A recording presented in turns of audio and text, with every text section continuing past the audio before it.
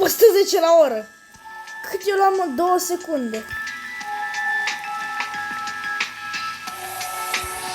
Mă, 2 secunde, man. Ce? Să vezi cum pleacă. Uite să vezi ce prinde.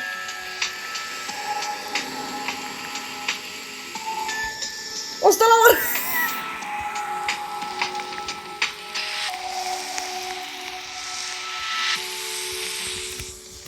I want to ride this.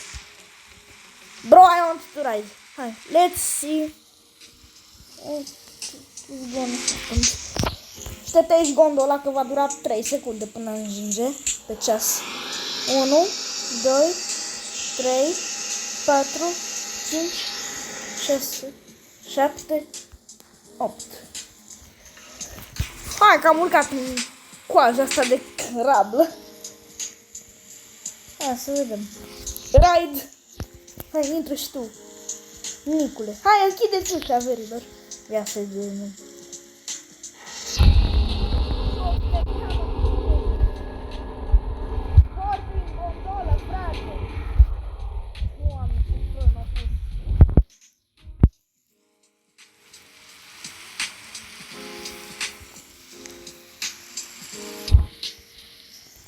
Trebuie să-i dau un reset când ajung sus. Trebuie să urc. Hai să-i vezi acum ce gonetă îi dă. Oare, băi, răstrec prin asta.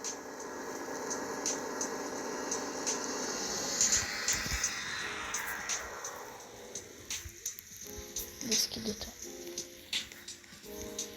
Aștept să se ducă ca să pot coborâ și eu liniștit. Du-te.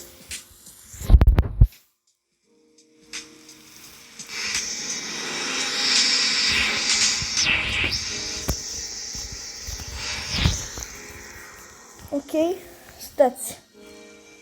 Să vedeți acum ce fente le fac la ăștia. De la 100 la oră îi opresc pe drum, stați să vezi.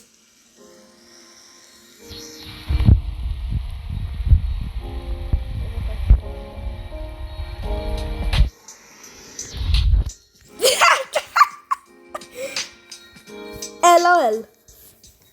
Am oprit carriage-ul. Ăla săracul se chinuie, bă, vezi că o să plece. Pleacă gondola, n-ai ce să-i faci.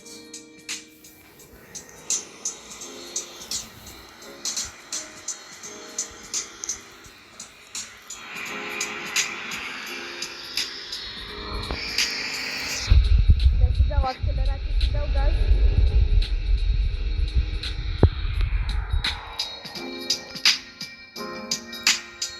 Hai că dau din nou cu 100 la oră.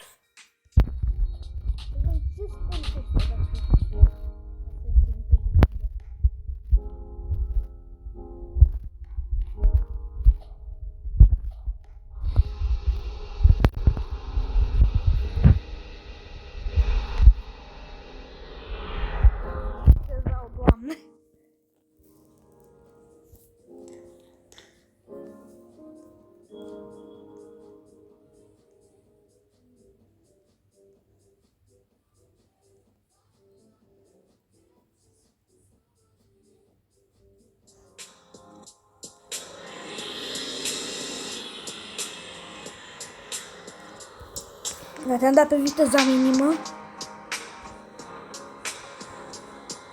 Și ca pe vremuri.